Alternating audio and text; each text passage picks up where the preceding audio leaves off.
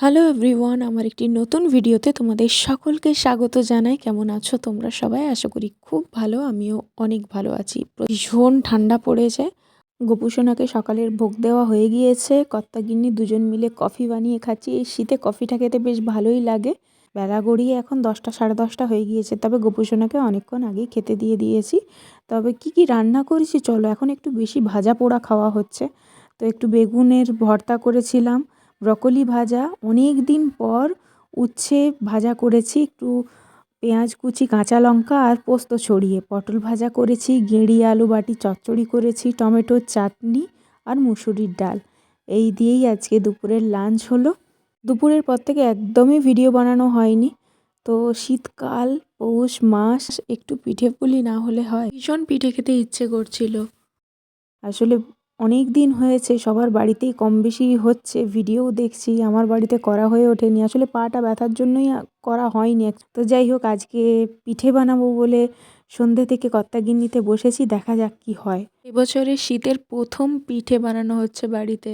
কথা বলতে বলতে অনেকটাই কিন্তু কাজ এগিয়ে নিলাম। আমার কিন্তু ছাইটা করা হয়েই গিয়েছে নারকেলের। তোমরা দেখতেই পেলে কতটা কি করি, সবটাই তোমাদের সাথে শেয়ার করব। অবশ্যই তার জন্য আমার সাথে থাকতে হবে। তো চলো তোমরা ভিডিওটা দেখতে থাকো আর সঙ্গে থেকো। তো কথা, স্কুল থেকে ফেরার পথে দেখছি নারকেল নিয়ে এসেছে। আমি বলেছিলাম সঙ্গে চালের গুঁড়ি, দুধ, যা যা লাগে আর কি পিঠে বানাতে। যেহেতু আমার পাটাতে একটু প্রবলেম, তাই ওই নারকেলটা কুড়ে দিল। আমি এদিকে দুধটা গরম করে নিচ্ছি, ভালো করে জাল দিয়ে ফুটিয়ে নিলাম। আর নারকেলটা আমি করে নিয়েছি, চিনি দিয়ে করেছি, গুড় দিয়ে করিনি। এবারে চাল গুঁড়িটা মাখানোর পালা। মাইক্রো ওভেনে জলটা গরম করে নিয়েছিলাম, গরম জলেই মাখাতে হয়। অল্প একটু লবণ দিয়েছি। কর্তা বলল তুমি মাখাও, যদি না পারো তারপর আমি মাখাবো। তো গরম জলটা আস্তে আস্তে দিয়ে বেলনি দিয়ে অল্প অল্প করে মাখাচ্ছিলাম, কারণ হাতে না প্রচণ্ড চাটচাটে লাগতো।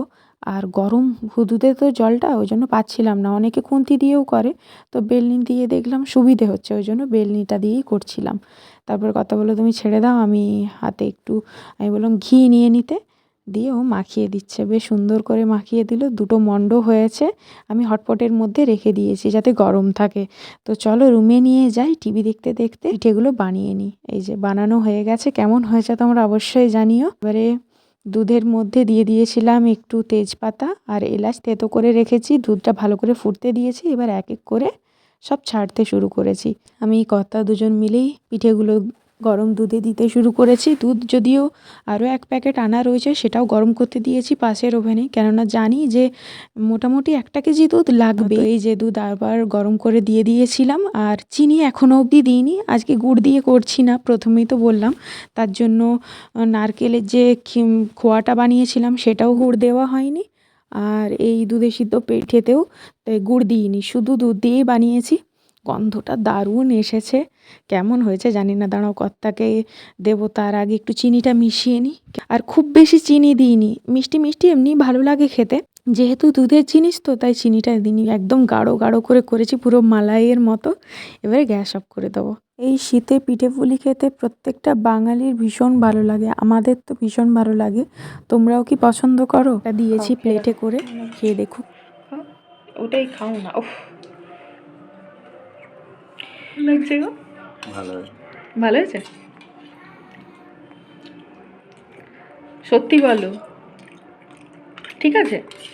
যাক বাবা, শান্তি, এতেই শুনে খুশি হলাম।